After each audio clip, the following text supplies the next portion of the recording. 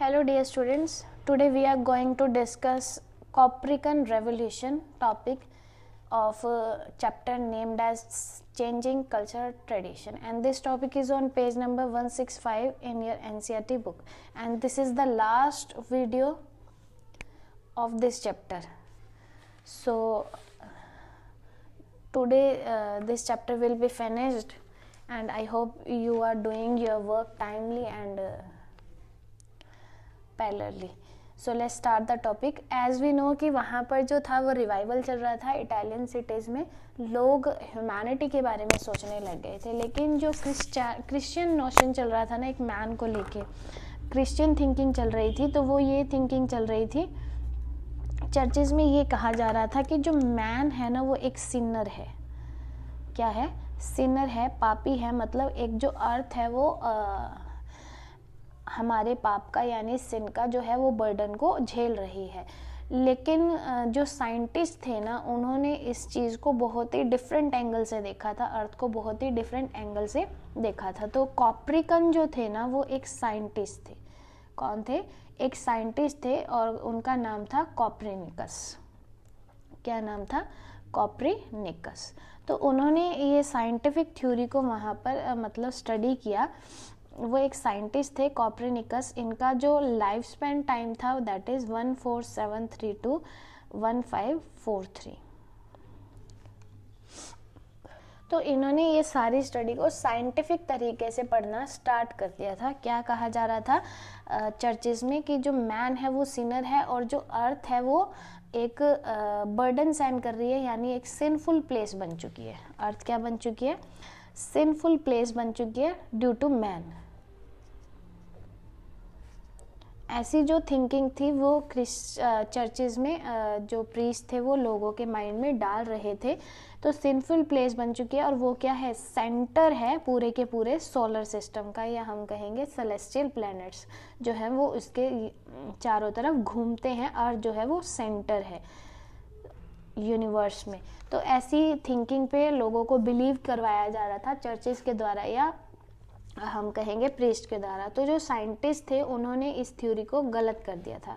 उन्होंने ये देखा था, उन्होंने ये क्या कहते हैं, एक्सपीरियंस किया कि अर्थ भी क्या है? एक प्लैनेट है और वो अपने ऑर्बिट पे क्या करती है? रिवॉल्व करती है.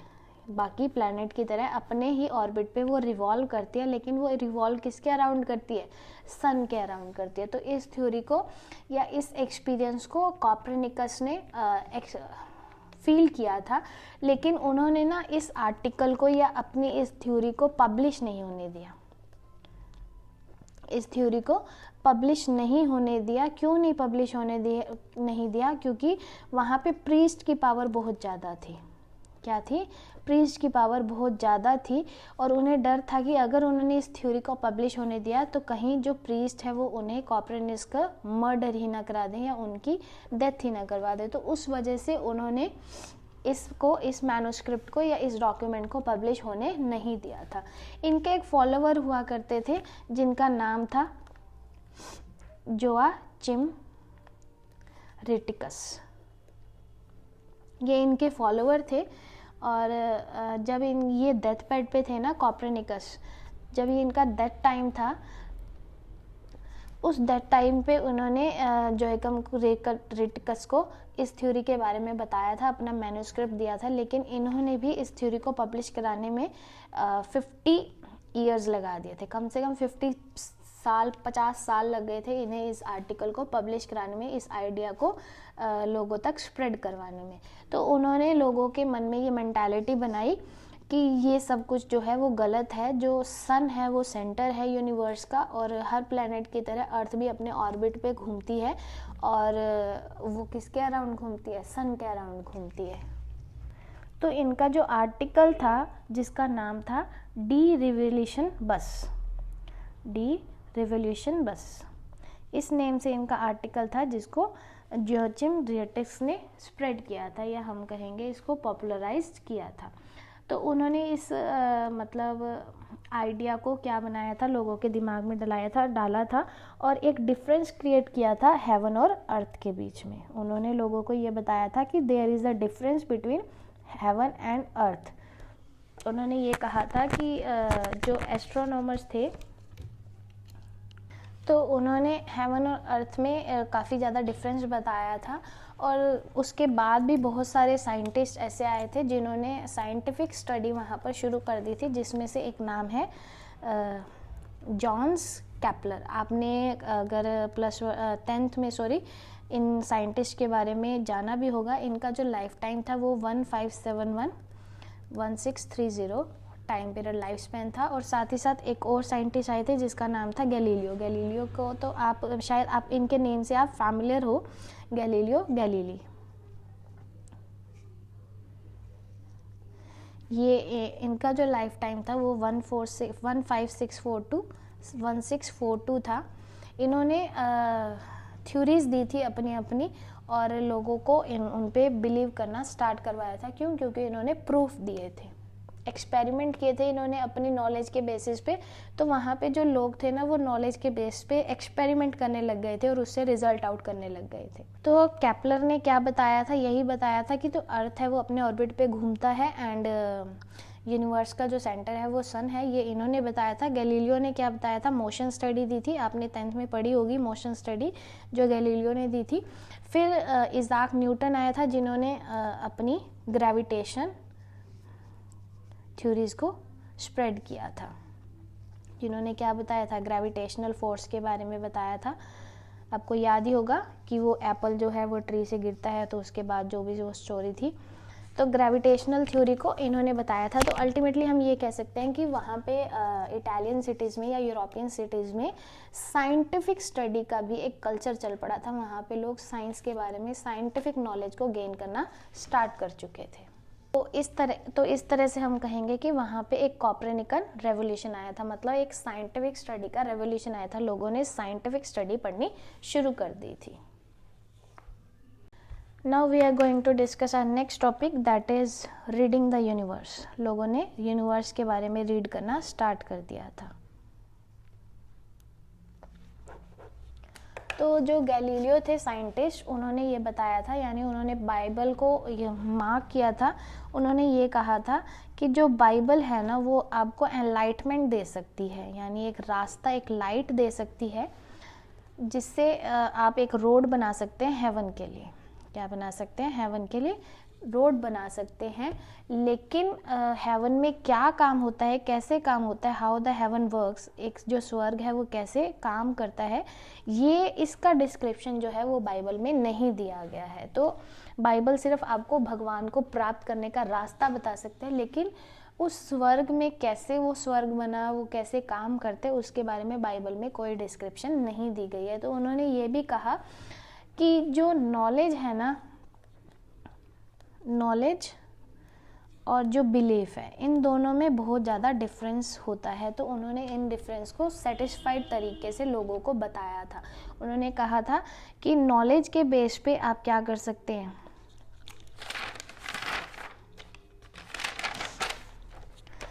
नॉलेज के बेस पे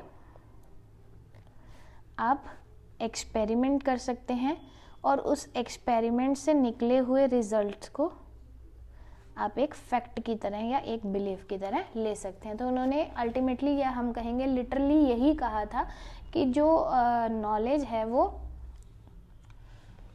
बिलीफ से काफ़ी अलग है। तो वहाँ पे ह्यूमैनिटी के साथ साथ फिज़िक्स, केमिस्ट्री एंड बायोलॉजी लोगों ने पढ़नी स्टार्ट कर दी थी, और इस कल्चर का वहाँ पर एक्सपेंड हुआ था बड़ी ही तेज़ी से, बड़ी रैपिड तरीके से। और एक न्यू अप्रोच आ गई थी नॉलेज की, मैन और नेचर को लेके। क्या आ गई थी? अब लोगों ने मैन के बारे में तो पढ़ना स्टार्ट कर ही दिया था, हमने बात की थी ह्यूमैनिज्म की, और साथ साथ उन्होंने नेचर को भी जानने लग गया था, वो लोग नेचर को जानने लग गए थे, जिससे हम ये कह सकते हैं कि वहाँ पे एक साइंटिफिक रेवोल्यूशन आया था। क्या आया था? साइंटिफिक रेवोल्यूशन आया था। लोगों ने नॉलेज गेन करनी शुरू कर दी थी। तो वहाँ जो लोग हुआ करते थे ना, उन्होंने ये मानना शुरू कर दिया था कि हमारी जो एग्जिस्टेंस है, या दुनिया में जिसकी भी एग्जिस्टेंस है, वो नेचर की वजह से है। किसकी वजह से है? नेचर। उन्होंने नेचर और गॉड में डिफरेंस क्रिएट करना स्टार्ट कर दिया था, डिफरेंट समझना स्टार्ट कर दिया था। बहुत से जो लोग थे वो अभी भी गॉड में बिलीव करते थे और करते हैं, और बहुत से जो लोग थे वो बिल्कुल प्रैक्टिकल थे, जिन्हें हम नॉन बिलीवर्स कहेंगे, जो नेचर को इसका सारा क्रेडिट देते थे। तो जो नॉन बिलीवर्स थे ना, ऐसा नहीं था कि वो सिर्फ नेचर को ही मतलब प्रूफ मानते हैं या सच मानते हैं, वो नेचर के साथ साथ गॉड में भी बिलीव करते हैं। ऐसे गॉड में जिनका कोई एट्रीब्यूट नहीं होता, मतलब जिनकी हम पूजा करते हैं एक ये मान के कि हाँ किसी ना किसी पावर की जो है एग्जिस्टेंस है इस अर्थ के ऊपर, जिसकी वजह से हम एग्जिस्ट कर रहे हैं, ना कि कोई पर्सन की वजह से या कोई प्रीस्ट की वजह से, या जो हमें गॉड के बारे में समझाएगा। तो इस तरह की थिंकिंग जो नॉन बिलीवर्स ने माननी शुरू कर दी थी। ये जो न्यू कल्चर आया था वहाँ पे उसे न्यू साइंटिफिक कल्चर के नाम से जाना जाता था। किसके नाम से? न्यू साइंटिफिक कल्चर के नाम से। और इसे काफ़ी यूनिवर्सिटीज़ में एस्टेब्लिश भी किया गया था इस कल्चर को, जैसे पेरिस एकेडमी हो गई, जिसे वहाँ एस्टेब्लिश किया गया था 1670 में। रॉयल सोसाइटी बनाई गई थी लंदन में 1662 में। तो इस तरह के जो लेक्चर्स थे, एक्सपेरिमेंट्स थे, उन्हें पब्लिक व्यूइंग करवाई गई थी और इस कल्चर को काफ़ी ज़्यादा एक्सप्रेस और एक्सपेंड किया गया था। तो हम ये कहेंगे कि वहाँ पे एक नया कल्चर आया था जिसे हम न्यू साइंटिफिक कल्चर के बारे में जानते हैं। Now we are going to discuss our last topic, that is was there a European Renaissance in 14th century। हम लिखेंगे Renaissance in, Renaissance मतलब चेंजेस कहेंगे हम, या हम रीबर्थ कहेंगे किसी चीज़ का। Renaissance in 14th century, yes. European और इटली स्टेट्स में वहाँ पे बहुत ज़्यादा रेनाइंस आया था, लोगों में बहुत ज़्यादा चेंजेस आए थे। कैसे चेंजेस आए थे? वहाँ पे ग्रीक और रोमन सिविलाइजेशन जो थी वो फिर से रीबोर्न हो गई थी। ग्रीक एंड रोमन सिविलाइजेशन रीबोर्न हो गई थी और काफ़ी स्कॉलर्स और आर्टिस्ट वहाँ पर एग्जिस्ट करते थे जिन्होंने प्री क्रिश्चियन कल्चर को चेंज कर दिया था, मतलब एक नया व्यू दिया था लोगों को सोचने समझने का। तो वहाँ पे स्कॉलर्स और आर्टिस्ट का बहुत बड़ा रोल रहा था। बहुत सारे आर्ग्यूमेंट्स भी हुए थे, जैसे हमने इस चैप्टर में बात भी की थी, लोग क्वेश्चन मार्क लगाने लग गए थे चर्चेस की बातें पे। तो आई डोंट थिंक कि इसमें कुछ लिखने वाली चीज़ें हैं। तो हम यही कहेंगे कि वहाँ ग्रीक एंड रोमन सिविलाइजेशन का रीबोर्न हो गया था और जो लोग थे वो अपनी लाइफ को बहुत इम्पोर्टेंट पार्ट मानने लग गए थे। क्या मानने लग गए थे? Important part of human life, मतलब एक इंसान की ज़िंदगी बहुत ज़्यादा इम्पॉर्टेंट चीज़ बन गई थी वहाँ के कल्चर में।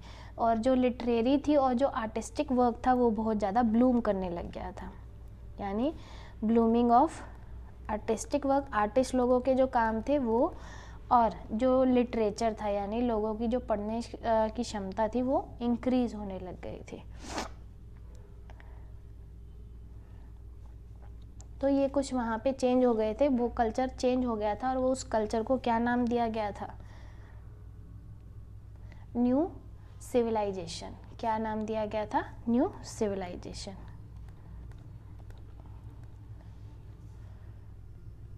तो इस सिविलाइजेशन को बहुत ज़्यादा एडमायर भी किया गया था, नई टेक्नोलॉजीज़ भी आने लग गई थी वहाँ पे, न्यू टेक्निक्स को लोग अडॉप्ट करने लग गए थे। और फिर एक्सपेंशन भी, मतलब लोगों ने अपनी ही कंट्री तक लिमिटेड नहीं रखा था बल्कि दूसरे कल्चर को भी अडॉप्ट करना स्टार्ट कर दिया था। जैसे इस्लाम का एक्सपेंशन होने लग गया, मंगोल्स के लिंक बढ़ने लग गए थे, अरेबिया का लिंक बढ़ने लग गया था सेंट्रल एशिया के साथ, चाइना के साथ, इंडिया के साथ, इनके ग्रीक और रोमन के लिंक इंक्रीज होने लग गए थे। वहाँ पे बहुत इंपॉर्टेंट चेंज हुए थे। एक इम्पॉर्टेंट चेंज ये भी हुआ था कि लोगों को पब्लिक और प्राइवेट लाइफ में डिफरेंस क्रिएट करना आ गया था।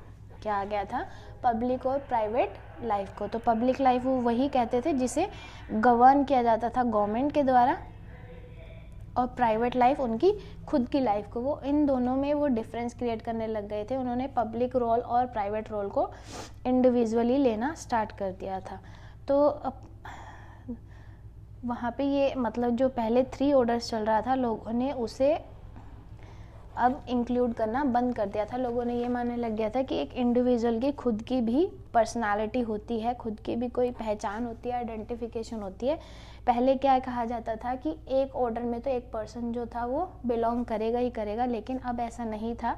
अब अगर कोई आर्टिस्ट है तो वो ज़रूरी नहीं कि वो अपनी गिल्ड से यानी अपनी टीम से पहचाना जाएगा, अपने ग्रुप से पहचाना जाएगा, बल्कि एक आर्टिस्ट इंडिविजुअल भी पहचाना जा सकता है, खुद के लिए भी जाना जा सकता है। तो इस तरह की जो वो सेंस थी वहाँ पर डेवलप होने लग गई थी। तो बहुत ज़्यादा कल्चर जो था वो डेवलप होने लग गया था। साथ ही साथ पॉलिटिकल स्ट्रक्चर भी वहाँ पर बनने लग गए थे इंडिविजुअल के लिए, और उन्हें पॉलिटिकल राइट्स भी मिलने लग गए थे।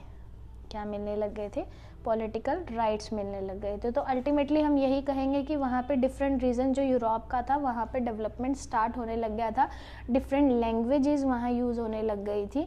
पहले सिर्फ क्या हो रहा था, रोमन एम्पायर का ही पार्ट था, लेकिन फिर धीरे धीरे लैटिन और क्रिश्चियनिटी का भी वो पार्ट बनने लग गया था। तो अल्टीमेटली वहाँ पे डिफरेंट कल्चर को अडॉप्ट किया जा रहा था और डिफरेंट कल्चर को समझा जा रहा था। तो ये कुछ रिवाइवल हुआ था इटालियन सिटीज़ में, यूरोपियन स्टेट्स में, जो इस टॉपिक में इस चैप्टर में था, चेंजिंग कल्चर ट्रेडिशन। तो इस चैप्टर में हमने सबसे पहले इंट्रो पढ़ा था, फिर रिवाइवल पढ़ा था इटालियन सिटीज़ का कि कैसे ट्रेड एक्सपेंड के कारण इटली जो था वो रिवाइव करने लग गया था। देन हमने बात की थी यूनिवर्सिटीज़ और ह्यूमैनिज़्म की, जिसमें हमने पढ़ा था कि कॉमर्स और लीगल स्टडी के साथ साथ ह्यूमैनिटीज़ के सब्जेक्ट्स भी इंट्रोड्यूस करा दिए गए थे। एंड देन फिर हमने साइंस और फिलॉसफी में अरब का कंट्रीब्यूशन पढ़ा था। एक न्यू ह्यूमैनिस्ट व्यू पढ़ा था हिस्ट्री का, जिसने 3 टाइम पीरियड डिफाइन किए थे, dark age, early middle age and late middle age. And फिर हमने आर्टिस्ट और रियलिज्म के बारे में पढ़ा था, जिसमें हमने आर्टिस्ट वर्क और रियल वर्क, मतलब इतना आर्टिस्टिक वर्क जो रियलिज्म था, मतलब इतनी खूबसूरती से बनाया जाता था कि ऐसे लगता था जैसे कोई रियल पिक्चर हो, ऐसे हमने डिस्कशन किया था टॉपिक पे। फिर हमने आर्किटेक्चर की बात की थी, जो बहुत ही स्पेक्टेकुलर वे में किया जाता था। एंड देन हमने प्रिंटिंग कल्चर के बारे में बात की। फिर एक न्यू कंसेप्ट आया था ह्यूमन बीइंग के लिए। ह्यूमैनिस्ट जो थे वो अपने आप को वैल्यू करने लग गए थे, लोग जो थे अपने आप को वैल्यू करने लग गए थे। फिर हमने वीमेन के एक्सपेक्टेशंस के बारे में बात की थी। देन हमने क्रिश्चियनिटी की डिबेट्स पढ़ी थी हमारे प्रीवियस चैप्टर में। एंड देन आज हमने साइंटिफिक स्टडी के बारे में डिस्कस किया था। तो ये सारा कल्चर था जो धीरे धीरे चेंज होता गया था इटली के रिवाइवल में। आई होप आपको ये चैप्टर समझ आया होगा। After discussing this complete chapter, if you have any doubt in any topic, please let me know. Otherwise, Monday onwards we will start our next chapter, that is Industrial Revolution. So do your work timely and don't forget to pray for everyone. See you in next video. Till then, take care.